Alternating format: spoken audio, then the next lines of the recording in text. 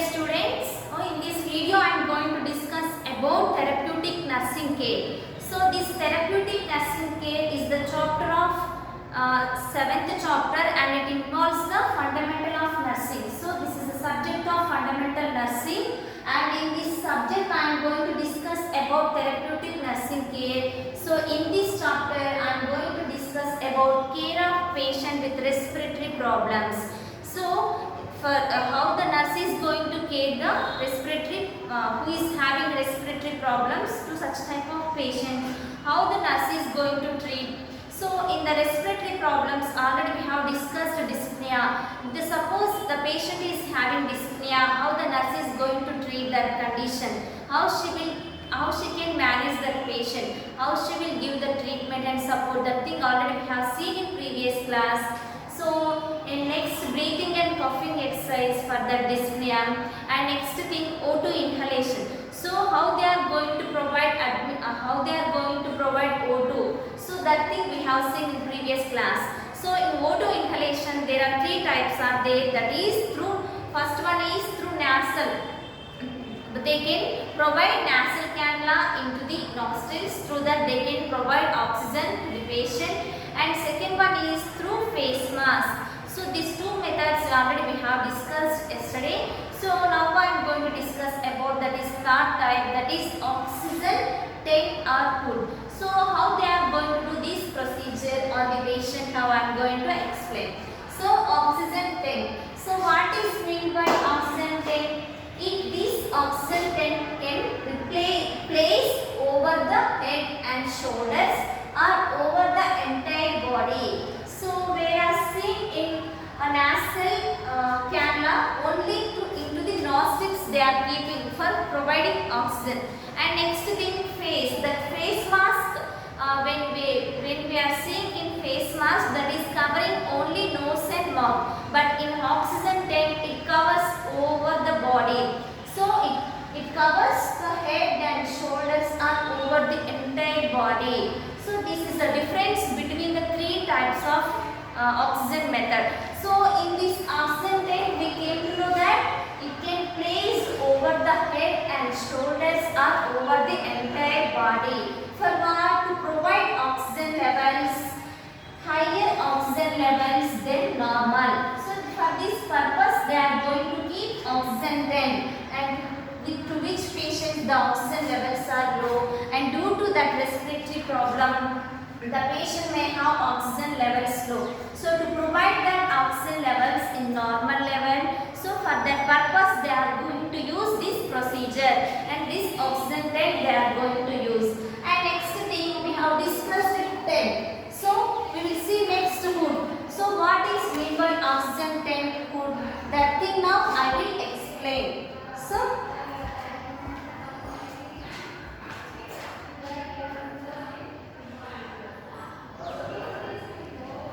So in oxygen hood method, it is a method of administering oxygen to a child through an oxygen tank. So in oxygen method also it is a one type of method of oxygen administration. So how through a tank, through an oxygen tank. To which type of patients they are going to use this method for a child.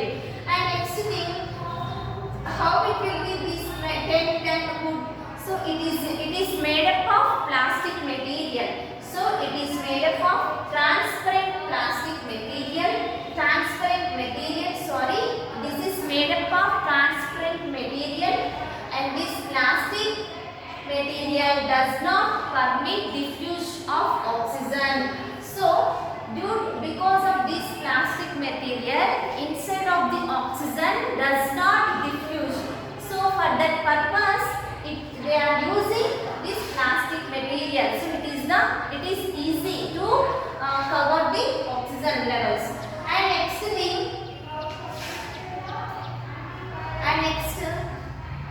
in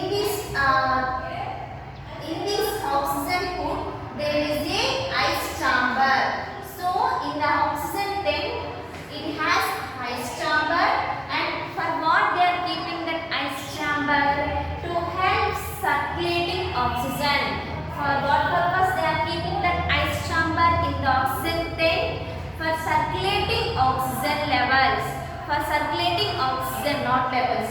So for that purpose, they are keeping ice chamber in the oxygen tank. So one more time, I will explain about oxygen hood method. So it is also one type of method of oxygen administration, and how they are going to administer this oxygen by providing oxygen tank. So in this oxygen tank is made up of transparent material. So it is made up of transparent material, so that this plastic material does not permit diffusion of oxygen. So due to this plastic material does not permit diffusion of oxygen, so oxygen cannot go outside. And next thing, this oxygen tank has ice chamber also. For what purpose this ice chamber? To circulate oxygen in the tank. So this is the purpose of oxygen hood method. And next thing, in oxygen tank there are size also is there. So in small tank they can give the 4 liter.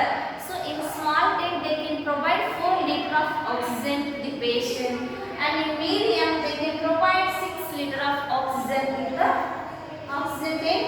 They can provide 6 liter of oxygen to the patient, and whereas seen in big size they can provide 8 liters of oxygen. So this is the difference between the small and medium big. So this is the oxygen hood method. So next we will see the purpose of oxygen tank or hood method. So what is the purpose of oxygen tank hood? So what is the purpose? To keep patient in higher oxygenation environment. So for what purpose? To keep in high oxygenation environment. This is the purpose to do this oxygen tank hood method. So next thing, indication we will see. So what are the indications to do this oxygen method, oxygen tank or hood method? So why they are going to do this procedure on the patient? So what are the indications? That now I will explain. So first one is hypoxia. So what is mean by hypoxia? Already I have discussed it means previous class. So hypoxia means deficiency in the amount of O2. Due to deficiency in the amount of O2, it cannot reach the tissues. So that called as a hypoxia. And next thing, respiratory distress. The patient is having any respiratory distress like a dyspnea and breathlessness. Dyspnea means breathlessness only, and other respiratory distress. That is also one type of indication to follow to keep oxygen tank and hood method. And next thing, post anesthesia. Mostly it may not require this kind of patients, but if indicated, so post anesthesia patient may go for any to that patient oxygen level may go to down. So in such type of condition only it indicates that to keep oxygen tank or hood method. And next, these are the indications we can see in this procedure. And next we will see general instructions. So what are the general instructions they have to follow before the procedure? That thing now I will explain. So in general instruction, oil grease should not be used, same as in other O2 administration. So generally what the instruction they have to follow before doing this procedure, oil or grease should not be used same as in other O2 administration. So they should not use these things in O2 administration. So next thing, valves of the oxygen cylinder should be closed. So valves of the oxygen should be closed. If not using also, it should be closed. If they are using the cylinder frequently, they have to close the valves improperly. So for what? To prevent damages.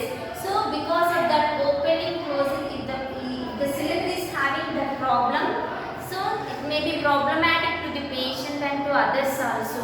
So to prevent that, the valves of the oxygen cylinder should be closed. If they are using or not, that is doesn't matter. But whenever they are using, whenever they are closing, the valves should be keeping properly. And next thing, smoking is prohibited when O2 is in use. So when we are providing oxygen to the patient at the time, smoking should be prohibited. For what? Due to this smoking, the patient may have the problem fatigue when patient is taking O2 oxygen when they are going to administer the oxygen to the patient. If they are using if they are doing smoking, it may be problematic to the patient. So to prevent that, those things, smoking is prohibited. Next thing, do not permit electrical device near the O2 tank. And next thing, any electrical devices do not permit near the O2 cylinder. And this is the general instructions we have seen, oxygen tank and food. So they have to follow these general instructions. And next thing, we will see. So what are the equipment they will take for doing this procedure? So in equipment, first thing is transparent O2 test and its apparatus fitted with oxygen. So transparent. So already we have seen that oxygen tent is made up of transparent materials. So that thing, transparent O2 test and its apparatus and fitted with oxygen, that equipment should be ready. And next thing, ice cubes in a bowl. So ice cubes also should be there. Already we have seen. So in the tank, what they are going to keep, it has ice chamber. So to keep in the ice chamber, they have to keep ice cubes. So for that purpose, they have to take the ice cubes also. And next thing, a junker bucket and bed with Macintosh. So after keeping these ice cubes while doing this, after connecting this flow meter, after connecting the oxygen, after connecting oxygen to the patient, so because of this ice, there is a chance to get off water. So that water should go into the jug or bucket. For that purpose, they have to take these two things and bed and with Macintosh. So these are the things they have to take. And next thing, a thick plastic sheet to cover the mouth of the lid. So a thick plastic sheet also they have to take for what? To cover the mouth of the lid. And next thing, a sterile oxygen cylinder. So sterile oxygen cylinder should be there and tester also should be there. So these are the equipments they have to arrange when they are going to do this procedure. So as a nurse, she has to arrange all those things. Whether it is in properly or not, that thing also she has to observe. And next thing, steps of procedure. So what is the steps in the procedure the nurse has to follow? The first one is clean the tank with soap and water and disinfect it with 20% of Savlan. So this is the first step of procedure. So what the nurse has to do? Clean the tank and with soap and water and disinfect it with 20% of Savlan. So this is the first step of procedure.